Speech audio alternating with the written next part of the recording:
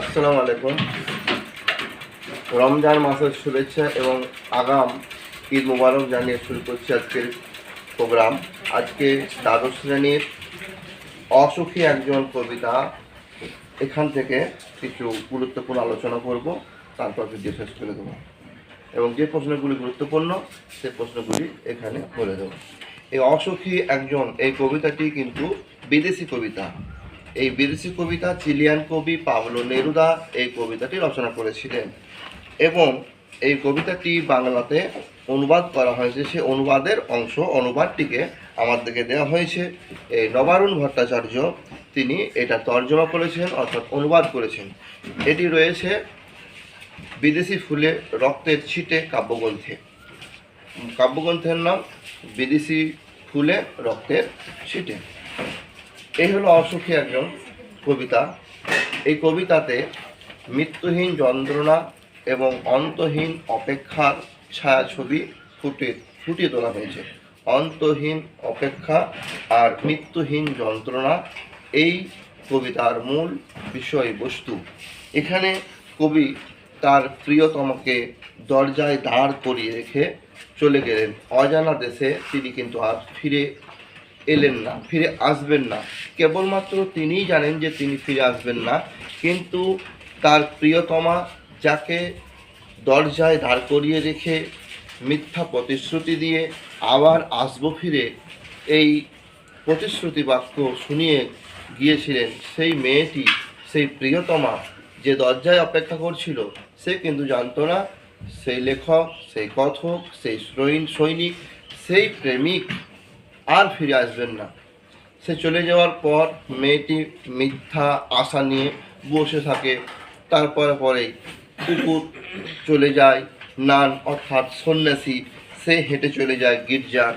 তারপরে একটা সপ্তাহ, একটা বছর কেটে যায়, কিন্তু সেই কথক, সেই সৈনিক বা সেই প্রেমিক বা সেই নায়ক ফিরে কিন্তু আসে না।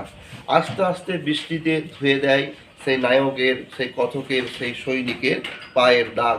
তার যে রাস্তা দিয়ে সেই কথক, সেই প্রেমিক, সেই মেয়েটির প্রেমিক, সেই সৈনিক হাঁটা চলা করতো, যাতায়াত করতো, সেখানে একটা সরু রাস্তা তৈরি হয়ে গেছিল।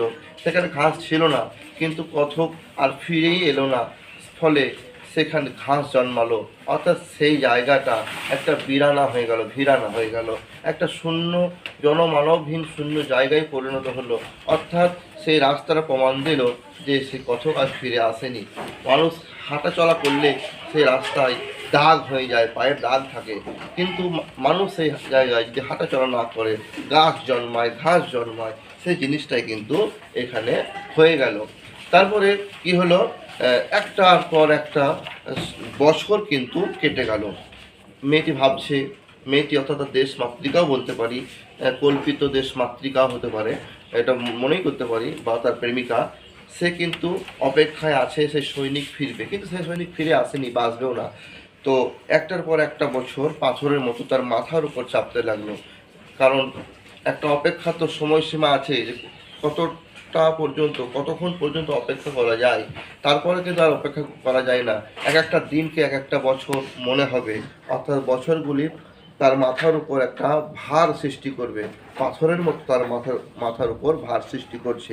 তো তারপর কি হলো, যুদ্ধ এলো, রক্তের এক আগ্নেয় পাহাড়ের মতো যুদ্ধ এলো, আর রক্তের এক আগ্নেয় পাহাড়ের মতো যুদ্ধ এলো। শিশু আর বাড়িরা খুন হলো, শিশু যারা ছিল তারা মারা গেল, বাড়িরা, যে সমস্ত ঘর বাড়ি ছিল সেগুলি সব ধ্বংস হয়ে গেল। আবার বৃদ্ধ বনিতা সেই যুদ্ধে কিন্তু মারা যেতে লাগলো, কিন্তু সেই মেয়েটির মৃত্যু হলো না। সেই মেয়েটির মৃত্যু হলো না কেন? সেই মেয়েটির অপেক্ষার মৃত্যু হলো না। অর্থাৎ লাইলি মজনু মারা গিয়েছে, কিন্তু লাইলি মজনুর প্রেম কাহিনী কিন্তু অমর হয়ে আছে। সিরি ফারহাদ চলে গেছেন, কিন্তু সিরি ফারহাদের অমর প্রেম কথা আজও জাজ্জল্যমান হয়ে আছে। সবাই মারা গেল, কিন্তু সেই মেয়েটির মৃত্যু হলো না। সেই মেয়েটির মৃত্যু হলো না মানে সেই মেয়েটির প্রেমের মৃত্যু হলো না, সেই মেয়েটির অপেক্ষার মৃত্যু হলো না। যেন কাজী নজরুলের ভাষায় মমতাজ তোমার তাজমহল যেন বৃন্দাবনের এক মুঠো প্রেম। তো এক মুঠো প্রেম এই কোনোদিন ধ্বংস হওয়ার নয়, মুছে যাওয়ার নয়। সমস্ত ধরাতলে পৃথিবীতে আগুন ছড়িয়ে পড়লো, আগুন ধরে গেল, শান্ত হলুদ দেবতারা, যাদেরকে যুগ যুগ ধরে মানুষ পূজা করে, সে যাদের কাছে আশ্রয় প্রার্থনা করে, যাদের কাছে মঙ্গল প্রার্থনা করে, সেই দেবতারা যারা হাজার বছর ধ্যানে ডুবেছিল, তারাও কিন্তু উল্টে পড়ল মন্দির থেকে। তারাই নিজেদেরকে বাঁচাতে পারলো না সেই যুদ্ধের ভয়াবহতায়। ওই দেবতারা যাদেরকে পাথরের মূর্তিগুলো, পাথরের বুথগুলো উল্টে পড়লো ওই যুদ্ধের ভয়াবহতার প্রতীক, তারা নিজেদেরকে রক্ষা করতে পারলো না, তো মানুষকে কি আর রক্ষা করবে?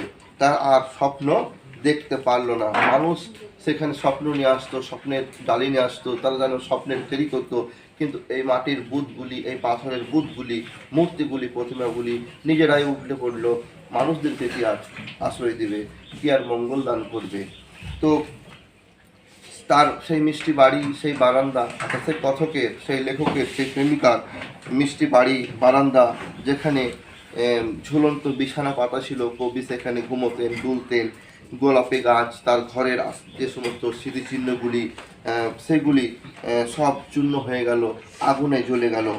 যেখানে শহর ছিল, যেখানে জনবসতি ছিল, সেখানে ছড়িয়ে পড়লো শুধু কাঠ কয়লা। কারণ এটা যুদ্ধের ভয়াবহতার প্রতীক, যে কাঠ কয়লা ছড়িয়ে পড়লো, অর্থাৎ সব কিছু পুড়ে হয়ে গেল। পুড়ে গেলেই সেইগুলি কালো আকার, কালো বর্ণ ধারণ করে।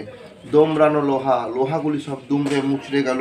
মৃত পাথরের মূর্তির বিভৎস মাথা, যে সমস্ত মূর্তির স্ট্যাচু ছিল, সেগুলো ভেঙে পড়লো, সেগুলিও উল্টে পাল্টে পড়ে গিয়ে সেগুলিও বিভৎস আকার ধারণ করলো।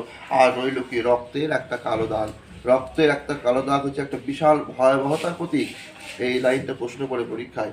রক্তের একটা কালো দাগ, রক্ত ছিটে যাওয়ার পর যখন সেটা জমে যায়, সেটা একটু দেরি হয়ে যায়, কিছুক্ষণ টাইম পেয়ে যায়, তো সেটা কি হয়? কালো হয়ে যায়।